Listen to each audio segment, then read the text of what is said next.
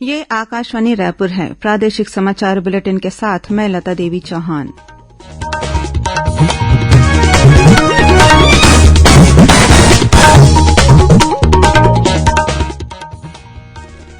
और अब पेश है आज के मुख्य समाचार।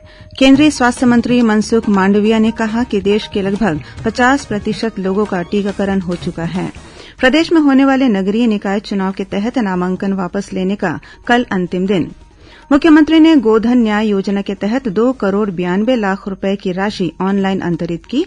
प्रदेश के प्रथम मखाना प्रसंस्करण केंद्र का किया वर्चुअल शुभारंभ।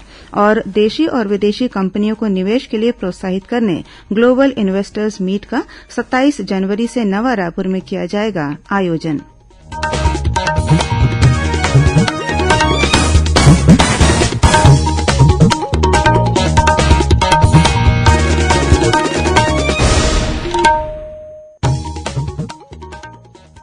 अब समाचार विस्तार से।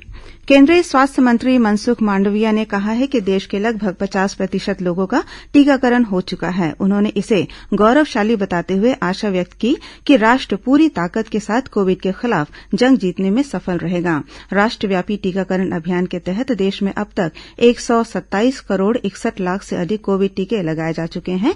इधर छत्तीसगढ़ में कोरोना टीकाकरण का 100% लक्ष्य हासिल करने के लिए तेजी से टीकाकरण किया जा रहा है। टीकाकरण के लिए पात्र प्रदेश की आधी आबादी को कोरोना से बचाव के लिए दोनों टीके लगाए जा चुके हैं।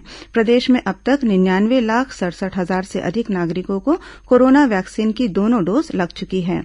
वहीं 1,79,30,000 से अधिक लोगों को पहला टीका लगाया जा चुका है। राज्य की 91% आबादी को पहला टीका लग चुका है। प्रदेश के 1,96,51,000 नागरिकों को कोरोना संक्रमण से बचाव के लिए टीका लगाया जाना है। पहली और दूसरी दोनों खुराकों को मिलाकर प्रदेश में अब तक 2,78,97,000 से अधिक टीके लगाए जा चुके हैं। वहीं प्रदेश के धान खरीदी केंद्रों में भी कोरोना टीकाकरण किया जा रहा है। इस बीच प्रदेश में कल 44 कोरोना मरीजों की पहचान हुई है।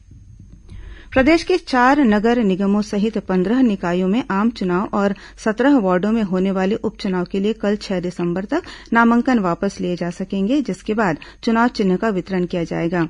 इन निकायों में 20 दिसंबर को सुबह 8 बजे से शाम 5 बजे तक वोट डाले जाएंगे। मतगणना 23 दिसंबर को होगी और इसी दिन चुनाव परिणामों की घोषणा की जाएगी।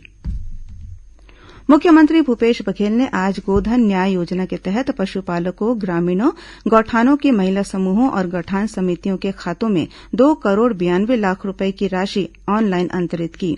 गोबर विक्रेताओं को आज भुगतान की गई राशि को मिलाकर अब तक इस योजना के तहत 114 करोड़ रुपए का भुगतान किया जा चुका है। मुख्यमंत्री ने इस अवसर पर गोधन न्याय मिशन के संचालन के लिए 50 लाख रुपए की राशि भी जारी की। इस मौके पर मुख्यमंत्री ने कहा कि वर्मी कम्पोस्ट, डीएपी खाद का बेहतर विकल्प है।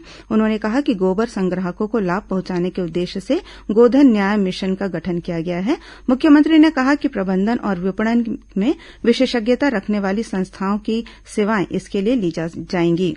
राजधानी स्थित अपने निवास कार्यालय में आयोजित कार्यक्रम में मुख्यमंत्री ने रायपुर जिले के आरंग विकासखंड के ग्राम लिंगाडीह में छत्तीसगढ़ के प्रथम मखाना प्रसंस्करण केंद्र मखाना खेती प्रसंस्करण और विपणन केंद्र का वर्चुअल शुभारंभ किया।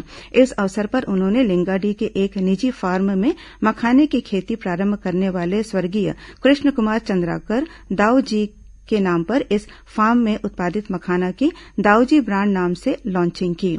मुख्यमंत्री ने कहा कि रबी सीजन में मखाने की खेती करने वाले किसानों को तकनीकी जानकारी, प्रशिक्षण के साथ ही बीज उपलब्ध कराया जाएगा। उन्होंने गौठानों में तेलघानी और दालों को दरने, ग्रेडिंग, पैकेजिंग की व्यवस्था करने के निर्देश अधिकारियों को दिए।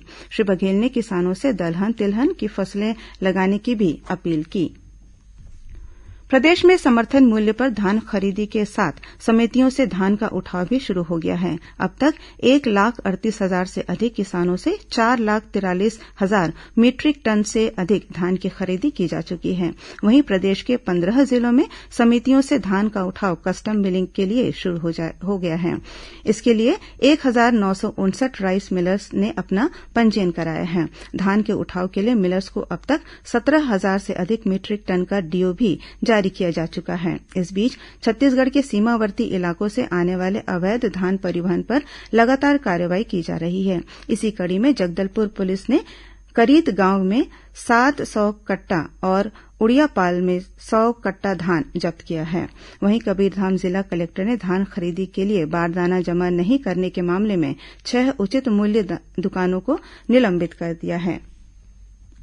प्रदेश के स्कूल शिक्षा मंत्री डॉक्टर प्रेमसाय सिंह टिकाम ने कहा है कि पढ़ाई में पिछड़े बच्चों का स्तर नवा जतन योजना से सुधरेगा। इसके लिए 1 से 8वीं तक के बच्चों के शैक्षणिक स्तर का रिकॉर्ड उपलब्ध कराया जा रहा है। श्री टिकाम ने राज्य शैक्षिक अनुसंधान और प्रशिक्षण परिषद SCERT में नवा जतन कार्यक्रम का शुभारंभ किया। इस अवसर पर आयोजित प्रशिक्षण कार्यक्रम में श्री टेकाम ने राज्य स्रोत समूह के सदस्यों से कहा कि स्कूलों में नवा जतन मार्गदर्शिका का उपयोग कर पढ़ाई में पिछड़े गए बच्चों को वर्तमान कक्षा के स्तर तक लाया जाए। उल्लेखनीय है कि कोरोना काल में राज्य के स्कूलों में ऐसे बच्चे जो लर्निंग लॉस के कारण वर्तमान कक्षा स्तर से पिछड़े हुए हैं, ऐसे छात्रों को उपचारात्मक शिक्षा प्रदान करने के लिए नवा जतन कार्यक्रम चलाया जा रहा है। SCERT ने सेतु पाठ्यक्रम के तहत नवा जतन कार्यक्रम बनाया है। प्रादेशिक समाचार आप आकाशवाणी रायपुर से सुन रहे हैं। छत्तीसगढ़ की खबरों से है आपका वास्ता और खबरों की विश्वसनीयता से है हमारा वास्ता। आकाशवाणी समाचार रायपुर के प्रादेशिक समाचार बुलेटिन के साथ ही हमारे समसामयिक कार्यक्रम आप रेडियो के अलावा अपने मोबाइल पर भी सुन सकते हैं। आकाशवाणी समाचार फेसबुक, ट्विटर और यूट्यूब पर भी उपलब्ध है। हमारा Facebook page Chhattisgarh news on AIR, Twitter handle CGAIR news और हमारा यूट्यूब चैनल है छत्तीसगढ़ AIR न्यूज। तो अब रेडियो के साथ ही आपके मोबाइल के जरिए भी हम पहुंच रहे हैं आप तक। छत्तीसगढ़ की हर खबर के लिए सुनते रहिए आकाशवाणी समाचार।